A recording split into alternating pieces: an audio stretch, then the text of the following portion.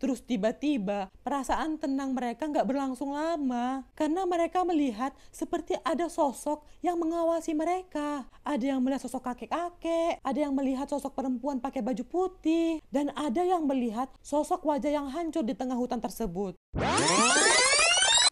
Assalamualaikum, selamat datang channel aku. Di video kali ini aku akan kembali menceritakan kisah horor, yaitu tentang pendaki gunung, di mana cerita ini tentang 6 sekawan mendaki gunung yang terkena angker. Seperti yang kita ketahui juga, kejadian horor saat mendaki gunung udah bukan hal langka lagi ya kan, karena gunung itu hutan-hutan yang tempatnya lembab, minim cahaya pula. Jadi udah nggak heran lagi lah ya kalau ada hal-hal goib di sana. Jadi di video kali ini aku akan menceritakan salah satu gunung yang ada di Jawa Barat sudah terkena angker. Dan seperti biasa, buat kalian yang penakut, di skip aja ya. Tapi buat kalian yang berani, gak usah berlama-lama lagi. Kita langsung masuk ke ceritanya dan tonton video ini sampai habis ya. Tunggu dulu. Buat kalian yang belum subscribe, subscribe dulu dong.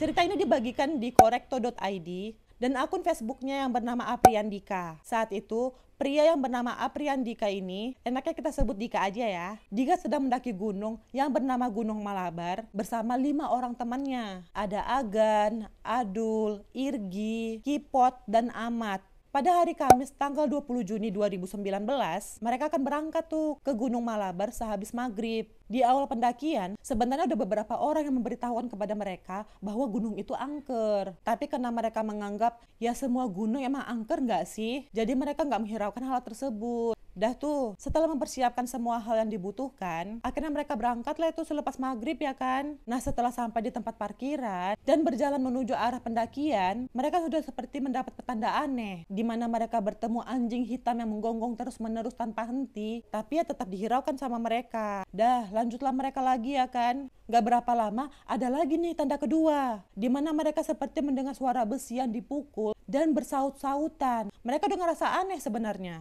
Karena mereka tahu, saat itu mereka sudah jauh dari pemukiman warga. Mereka mikir ya kan, siapa yang di tengah-tengah hutan gini mukulin besi? Udah tuh, mereka lanjut lagi, dan sampailah mereka di pos 1. Kan di tempat pendakian gunung gitu memang ada tempat pos-posnya gitu ya kan. Nah saat mereka sudah di pos 1, si Dika tiba-tiba terdiam. Wajahnya pucat, karena dia melihat sosok bayangan putih berdiri di salah satu pohon besar di sana. Tapi si Dika langsung mengalihkan pandangannya karena dia juga nggak mau merusak suasana pendakian mereka. Udah tuh, jalanlah mereka lagi. Sap. Gak berapa lama, mereka memutuskan untuk istirahat sebentar tuh. Lalu mereka melanjutkan lagi perjalanannya. Suasana di sana saat itu udah gelap kali katanya. Dan jalannya itu jalan setapak gitu. Tiba-tiba mereka melihat petanda aneh lagi nih. Karena mereka melihat ada kunang-kunang yang mendatangi mereka seperti seolah-olah memberi bantuan untuk menerangi jalan mereka. Tapi anehnya, mereka kok seperti mendengar ada suara motor. Sedangkan itu nggak mungkin. Karena mereka udah jauh kali sama pemukiman warga atau jalan raya. Terus mereka berpikir nih, duh kalau begini nanti malah jadi pada ketakutan. Akhirnya mereka sama-sama menghilangkan rasa takut mereka dengan berdoa, lalu mengobrol dan bercanda bareng sambil tertawa-tawa biar suasana mencekam di sana jadi teralihkan ya kan. Terus saat mereka mulai jalan dari pos 1, mereka bingung saat mereka jalan di jalan setapak. Mereka melihat ada jalan yang bercabang juga. Yang saat itu mereka sedang berada di pohon-pohon yang sangat lebat dan pohon-pohonnya rapat-rapat pula. Nah 3 orang di antara mereka udah pernah mendaki gunung di Gunung Malabar ini. Si Irgi, Amat, sama si Adul, mereka juga bingung karena seingat mereka jalan itu nggak ada, biasanya lurus-lurus aja gitu. Tapi yaudahlah ya kan, siapa tahu lupa, pikir mereka gitu. Udah, di perjalanan mereka menuju puncak Gunung Malabar itu udah lumayan jauh tuh. Bahkan lampu kepala yang mereka pakai udah mulai redup, sehingga mereka jadi menggunakan senter HP.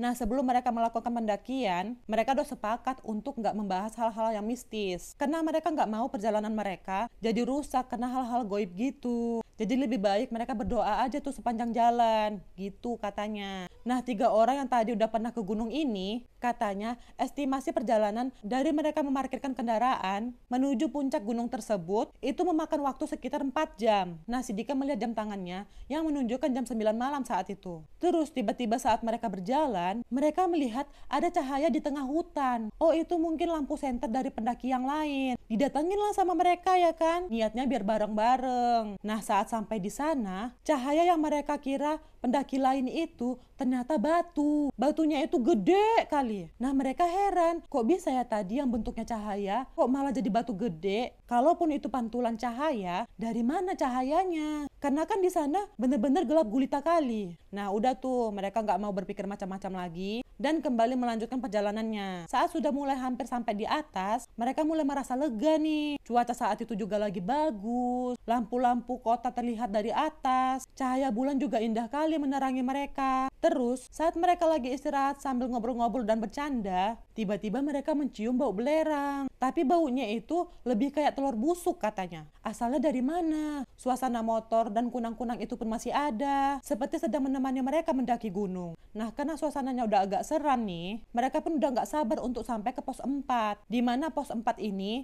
tempat semua orang yang camping mendirikan tenda sebelum terbit matahari. Tapi anehnya, kok pos 4 ini gak ketemu-ketemu nih sama mereka. Dan perjalanan mereka seperti lama kali. Bahkan mereka baru menyadari bahwa mereka gak ketemu sama pos 2 dan pos 3. Yaudahlah ya kan, mereka tetap melanjutkan perjalanan. Dan bener-bener jalannya itu jalan setapak dan udah seperti lorong. Karena kanan kiri, atas, semua tertutup sama pohon yang menjalar gitu. Gak berapa lama, mereka ngerasa, ini kayaknya udah di pos 4 deh. Ternyata enggak, karena enggak ada pelangnya di sana. Mereka mikir lagi ya kan, kapan ini nyampenya? Kok enggak nyampe-nyampe? Karena mereka ngerasa udah seperti jauh kali perjalanan mereka. Sampai udah jam 12 malam, mereka tetap nggak menemukan pos 4 itu. Suara motor yang mereka dengar juga udah hilang, tapi kunang-kunangnya masih tetap ada. Nah, ketika mereka jalan, ngobrol sambil bercanda gitu, tiba-tiba mereka terdiam karena mereka seperti mendengar ada suara orang seperti menegur mereka. Kayak gini katanya. Bagi rokok dong, Mas.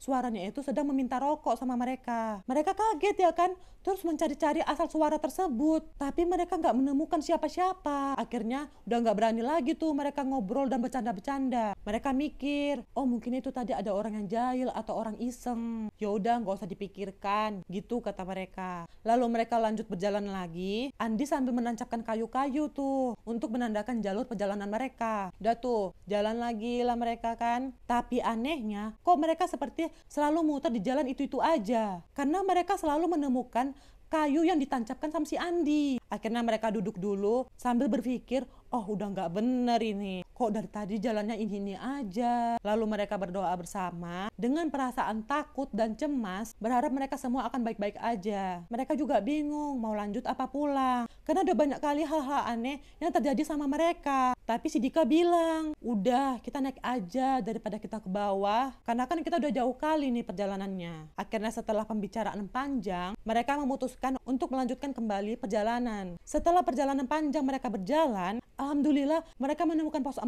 yang mereka cari-cari itu. Rasa senang yang luar biasa saat itu mereka rasakan. Dan segeralah mereka langsung mendirikan tenda ya kan. Setelah itu ada yang langsung tidur, ada yang masak, ada yang buat api unggun, dan mereka pun kembali mengobrol dan bercanda di sana. Terus tiba-tiba perasaan tenang mereka nggak berlangsung lama karena mereka melihat seperti ada sosok yang mengawasi mereka. Ada yang melihat sosok kakek-kakek, ada yang melihat sosok perempuan pakai baju putih, dan ada yang melihat sosok wajah yang hancur di tengah hutan tersebut. Tapi mereka berusaha untuk tetap tenang dan berdoa terus-menerus agar terhindar dari bahaya. Setelah mereka makan, lalu bersiap-siap untuk bergegas menuju puncak Malabar, sekitar jam 2 pagi, mereka jalan lagi tuh menuju puncak gunung tersebut. Dan syukurnya jalannya saat itu tunggal, jadi cuma ngikuti jalan itu aja. Meskipun jalannya tetap seram sebenarnya, tapi alhamdulillah mereka udah gak mengalami hal-hal aneh lagi nih. Lalu saat berjalan, mereka kembali ketemu kayak terowongan gitu yang bentuknya seperti kumpulan bambu-bambu kuning gitu. Masuklah mereka ya kan,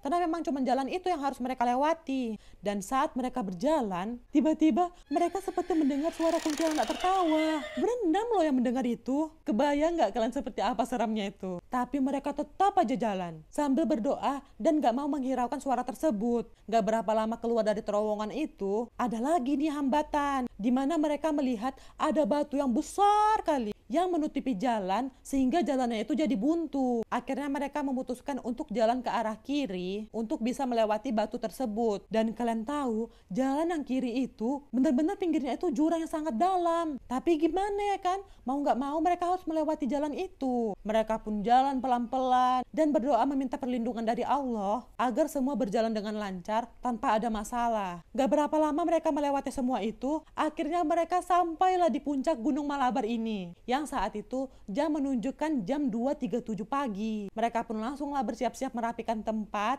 Dan saat berada di puncak Gunung Malabar ini, mereka gak ada lagi tuh mendengar suara-suara seram. Bahkan kunang-kunang pun udah gak mengikuti mereka. Nah, saking udah capek kali rasanya, akhirnya mereka langsung tidur tanpa mendirikan tenda. Karena udah gak kuat kali mereka rasa untuk membangun tenda lagi. Jadi tendanya itu dijadikan mereka untuk alas tidur mereka di sana. Singkat cerita, keesokan harinya, jam 8.45 pagi, mereka mau turun tuh. Dan saat berjalan, mereka kaget dan heran. Karena batu yang tadi malam mereka lihat dan jalan buntu ternyata nggak ada, guys. Mereka malah bisa lewat dengan lancar tanpa harus melewati pinggiran jurang. Aneh ya kan? Dah tuh mereka lanjut lagi, dan saat sampai di pos 4 mereka istirahat sebentar. Setelah 15 menit mereka lanjut lagi tuh perjalanannya. Gak berapa lama mereka melihat ada batu yang bau belerang. Terus mereka mikir, kok cepat kali sampai sini. Padahal mereka semalam membutuhkan waktu 3-4 jam bisa nyampe ke lokasi itu. Yang lebih anehnya lagi, mereka sama sekali gak ada melewatin ataupun menemukan jalan seperti terowongan yang mereka lewati semalam. Aneh tapi serem gak sih? Setelah beberapa lama mereka turun,